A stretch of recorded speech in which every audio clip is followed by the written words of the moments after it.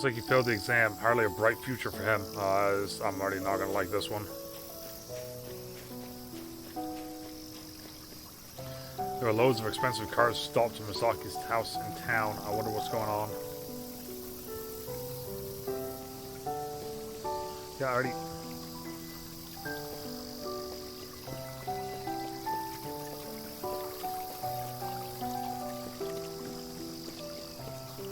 Where? Where should I be looking?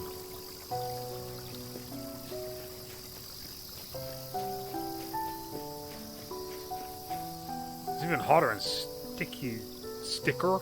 It's even hotter and sticker than normal today, isn't it?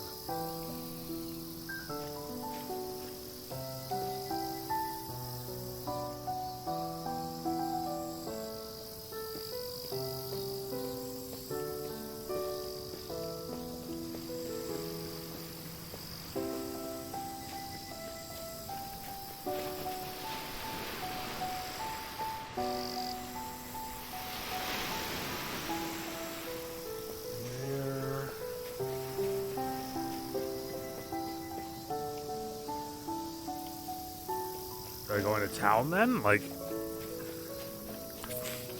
because the first one was there, the second one was here, then it was there, and then it was down there, right?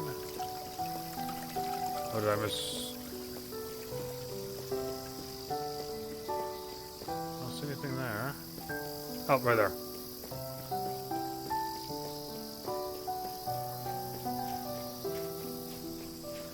They really know how to throw a graduation party, I'll give them that.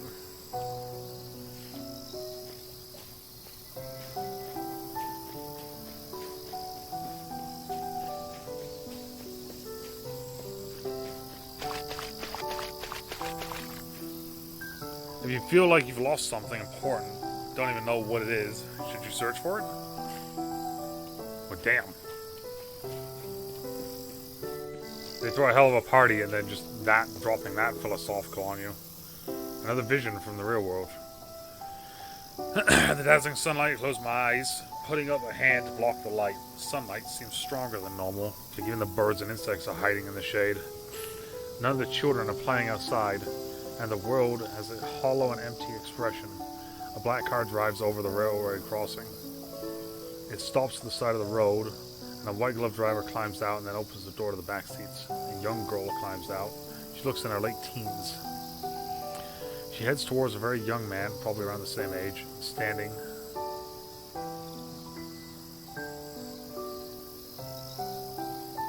Okay. Under the blazing sun, he's staring at a single point in the sky. I'm not quite sure what he's doing. Excuse me, hello. Aren't you Aratashi? My brother Misaki's friend. The youth called Aratashi slowly turns his head to look at her and replies unsteadily. Yes, I am. I'm sorry. I'm not sure what I'm doing here. My apologies. I think this heat is melting your head. Is this about Misaki? Yes, we can't find him. Today's a very important day for our family. He understands that. He has to. My father is going to be introducing him to the key trading partners. Misaki has been told over and over how important this day is. Why is he acting like this? I just can't understand him sometimes. It's like he's going out of his way to disappoint our father, to disappoint me. I'm sorry for burdening you with all this. I know you get along well with my brother. I wondered if maybe you knew where to help find him. Could you help me look for him? Sure, of course. I haven't seen him today either. But he likes to get a cold drink at the cafe on a hot day like today. The cafe will be closed by now, but I'll ask around the station and see if anyone's seen him. If I find him, I'll tell him to head home right home. Yes, thank you. I'm sorry for asking you to help and running off, but I have to get home and see to our guests. I'll keep them waiting for as long as I can. Please tell him to come back as quickly as possible. Thank you so much. The girl gives a deep bow and gets back in the car, and the driver drives away. I see Itachi walk towards the cafe. He said it was closed, but he didn't ask around about Misaki. I should head that way too. It's interesting how much is happening in just this one town. But then also, like, we're still doing the same names, but we also haven't gone back in time, it seems like. Right, like we went to, like, we had like the bottle and then we went back. We had the, you know, the the life preserver, and then we went back. We haven't done that in a little while. We've just kind of been on a single track, it feels like. The cafe's closed, but there's someone around the back. Alright.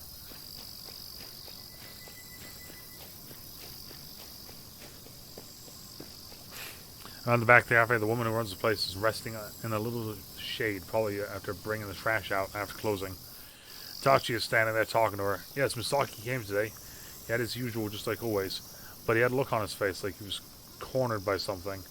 He didn't have the normal spark, so I asked him what was wrong. He said it was nothing, then he paid and left, just like always. Then a man from the house next door joins the conversation. You asked about Misaki? I saw him down by the river crouching, looking into the water. He must have drowned in that river as a kid. But that hasn't stopped him from fishing down there, or looking for strange rocks. I spoke to him today, asking if he was okay on a hot day like this, without even wearing a hat. He said he was fine, and also that he felt something strange. That he had searched for someone. I wonder what he was talking about, but his home life isn't the easiest. His father expects a lot from him, so I decided to leave the best on. After that, the man and the cafe owner both went back inside, or went inside of their respective homes, muttering about how hot it is and not wanting to melt outside. Tachi heads towards the river. I should follow him.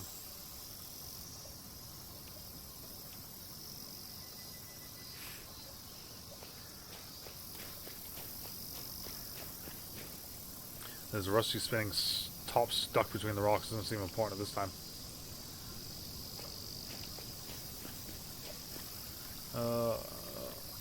What was that about life? It was life preserver.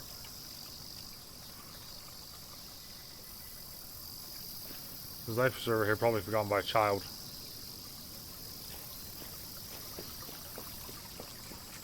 A beautiful green stone sparkling translucently.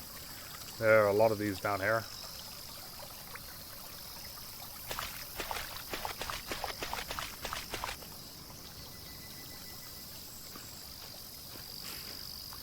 Itachi searches the bank for a while, then he finds something sparkling among the tumble of rocks. It's a pocket watch. The front glass seems to be broken. Misaki must have dropped this. So he was definitely here. With that, he looks around again. At the farmhouse nearby, bent over lady is watering her plants.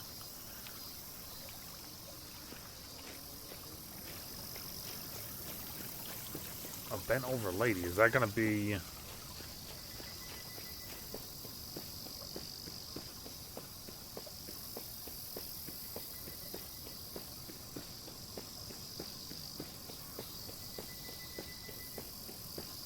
Oh, right here, okay.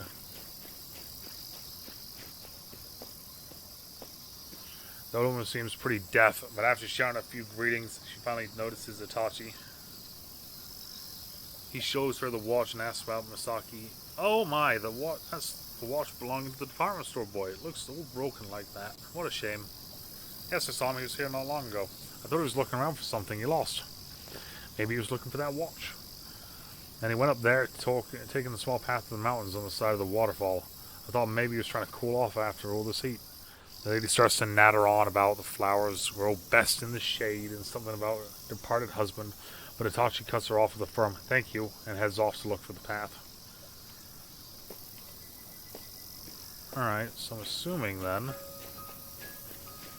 that he went up there.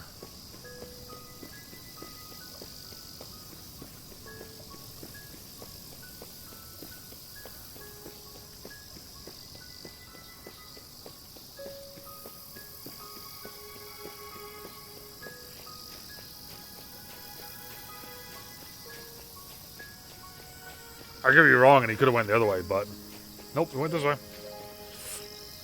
The calls of cicadas get louder and louder as I am surrounded by the trees, and the heat around me feels like the weight pressing down on my body. Climbing the steep mountain path makes me sweat. When I reach the top, I see a Misaki ahead. I wonder what he's doing. For a moment, I think he's looking at the cicada on the tree, but there's nothing in the direction he's looking. He's just staring fixed into space. He's standing, completely without moving, as though he's no longer a part of this world. I've seen someone looking like that before. Tachi's been standing just like that. Just like it when he first saw him on this day, snapping himself back when someone finally spoke to him. Tachi moves over to Misaki and speaks. Hey, what are you doing? Your sister's looking for you. His eyes seem completely unfocused at first, as though he doesn't know what's going on or who's speaking. The light finally returns to his eyes as though he's coming back to himself, and at the same time, anger spreads across his face. He grabs Itachi's shoulders with both hands. Hey, what do you mean? You're the one who asked me to help you find Riko. That's right, today's the day I have to meet my dad's business partner, but I'm out here with you. Tears well up in Misaki's panic-stricken eyes. Itachi pushes his arms away with a confused expression. Calm down, what are you talking about? Riko hasn't gone anywhere. I don't remember saying anything of the sort. I'm going to the bookstore, pick up a book. Come with me and see for yourself. Stop joking around. You're the one who came to me. Forget that. You need to get back to your father. He'll give you a good whack if you don't. Your sister's worried too. No, that doesn't matter. It doesn't matter if I'm there or not. That's why I thought it was a good excuse to get out of there when you asked me to help find Rika. I'm not sure what's going on. It's almost like they aren't having the same conversation.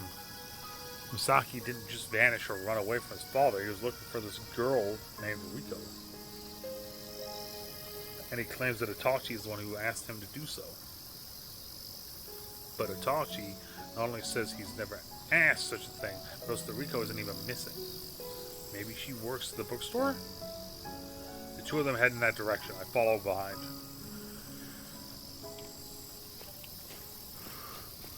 They head in that direction, like, which way? Like this way? I'm gonna go this way. Because I know where the bookstore is, so I'm just gonna go to the bookstore at this point.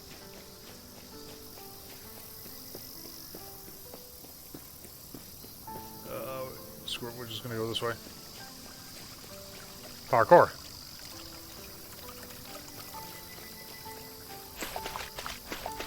No, Malak, I was supposed to go down the mountain, and there's a bunch of other stuff over there I was supposed to go to, but oh well.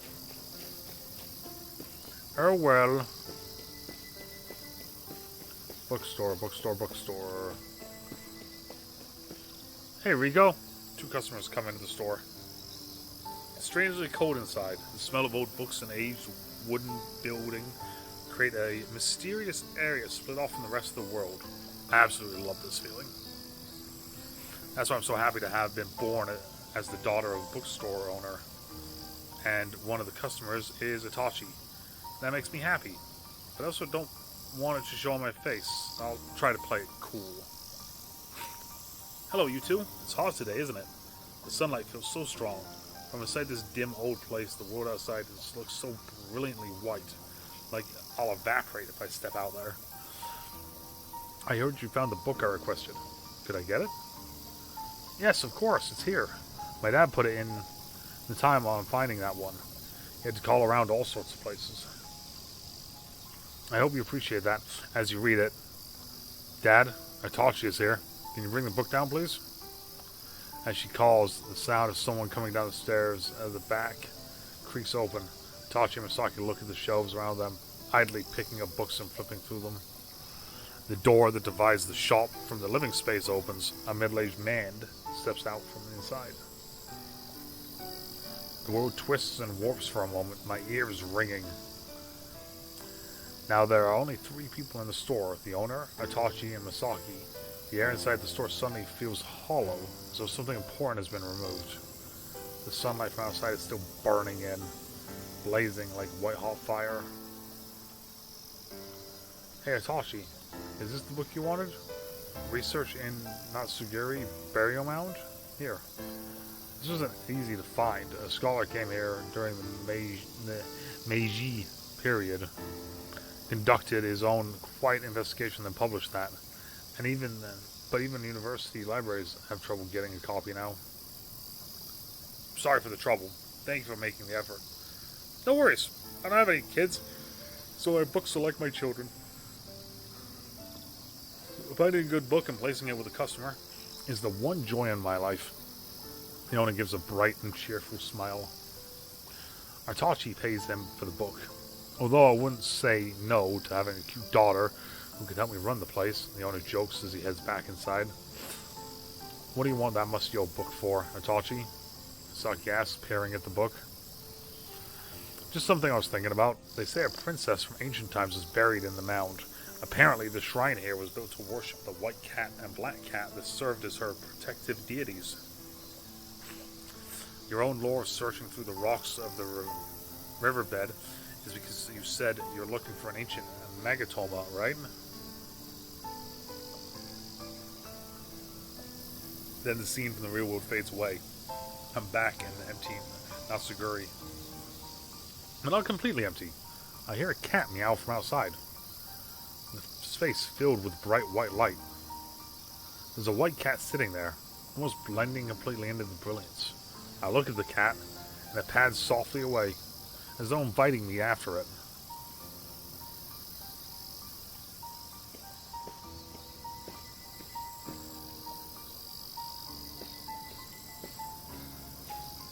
I'm assuming I gotta go up to the shrine, right? Oh, the cat went behind the bookstore. Oh, there. The white cat moves from the main street away, around back.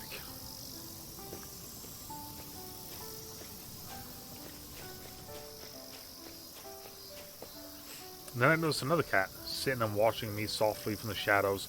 The black cat has sparkling golden yellow eyes.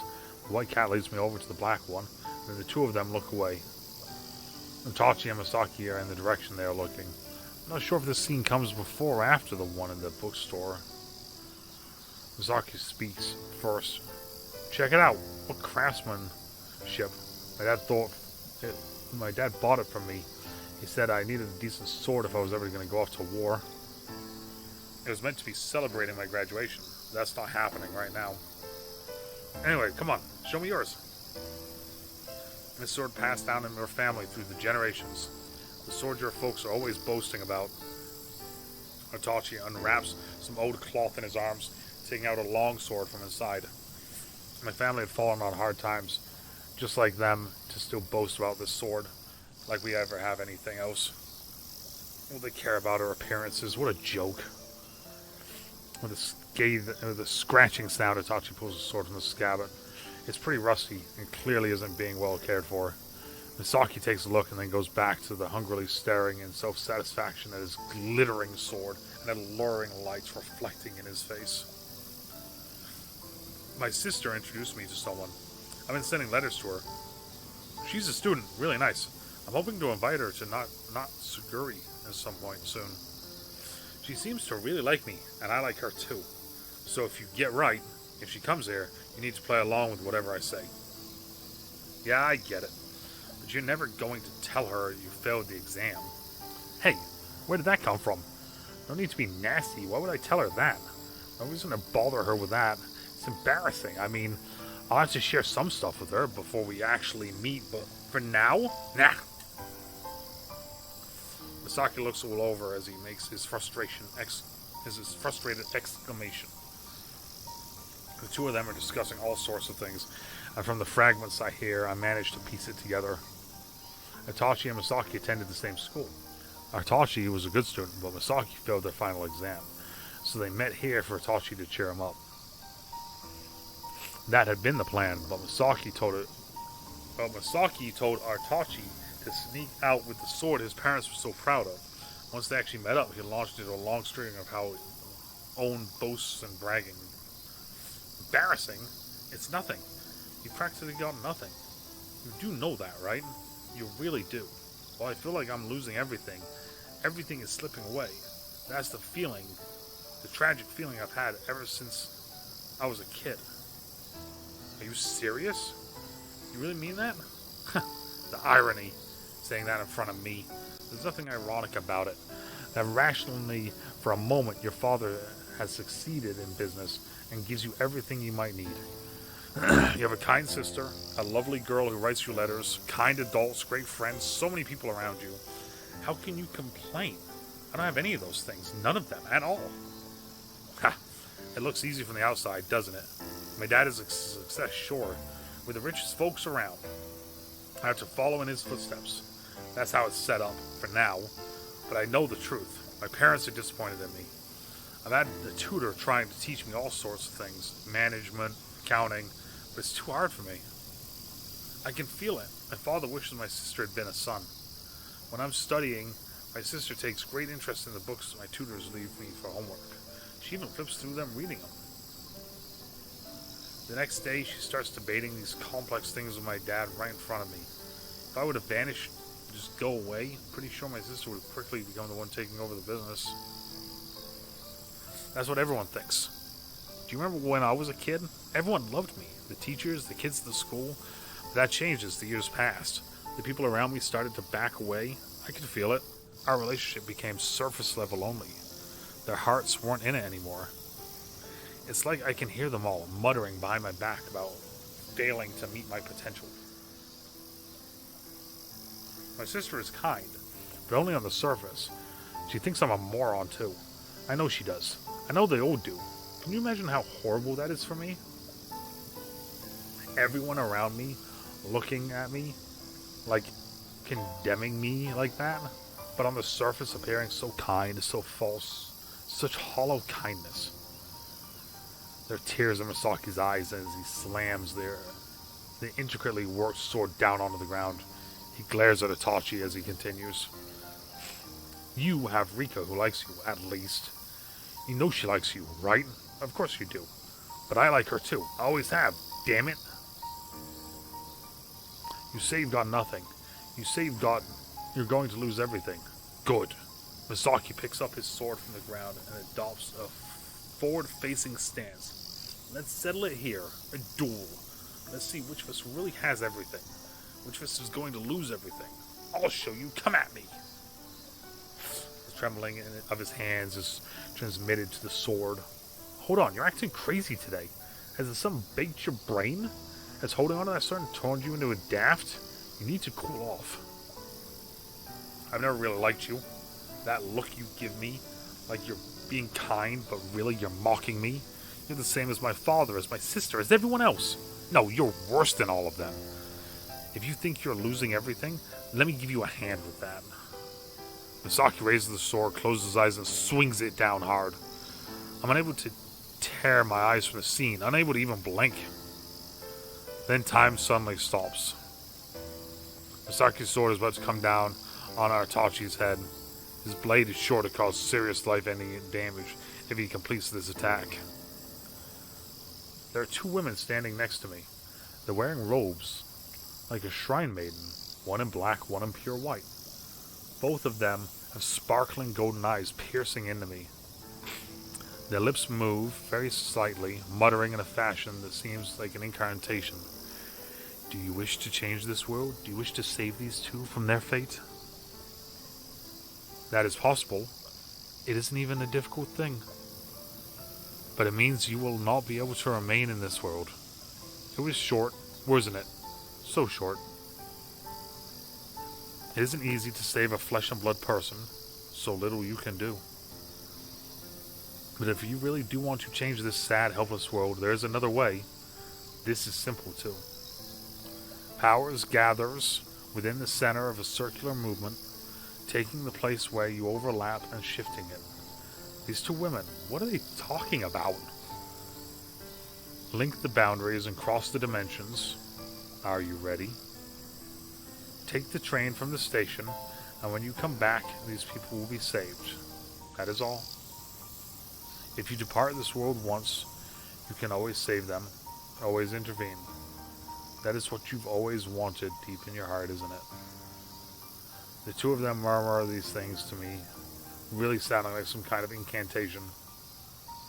Their mouths aren't moving, the words ring inside my mind. That's right, I want to save them. I have to do something. I can't think of anything else. A strong sense of duty rises up inside me. Not my own thought, not even a feeling originating within myself. I can't leave things like this. And it's no time to hesitate. I don't know why, but that's how I feel. Like I don't have any other choice. Vanishing and then intervening, that is my duty. Oh, there's the train.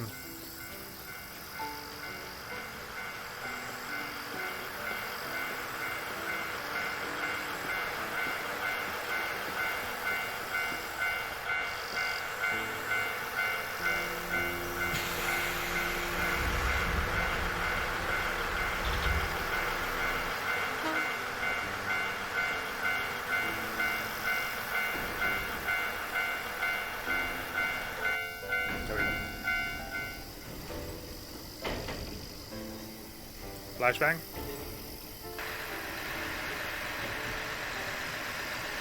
Flashbang. Alright, so I wonder what's going to happen now then.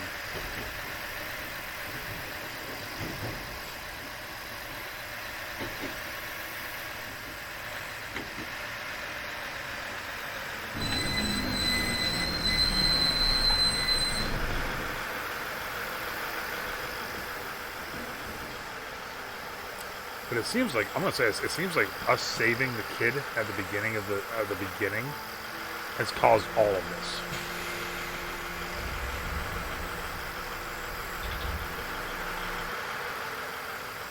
The cicadas are still chirping and the sun is still blazing bright. But I feel like I'm becoming hollowed out, as though the nature around me is now passing through me. I look around, maybe something has changed. I decided to head back to where the two men were fighting. And if alright, so I can't. Okay. Alright, so we're going over here. Yep, right there.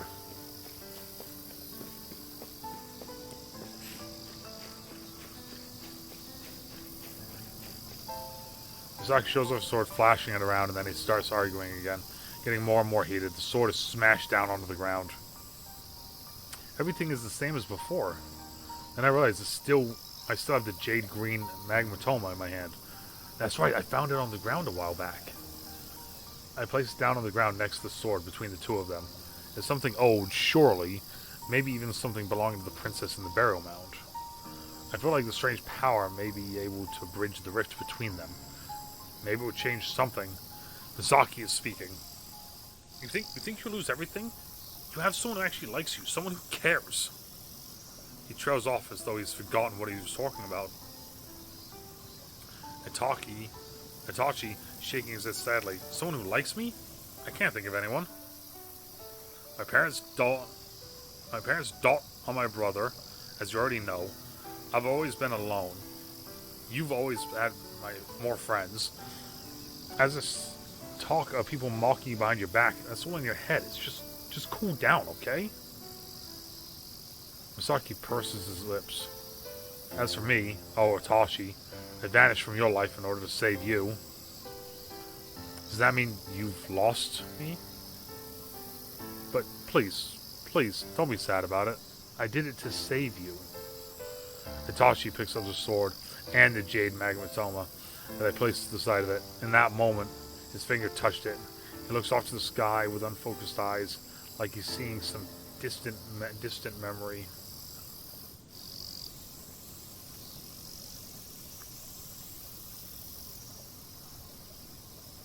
Alright, fragment 5 complete. Cool.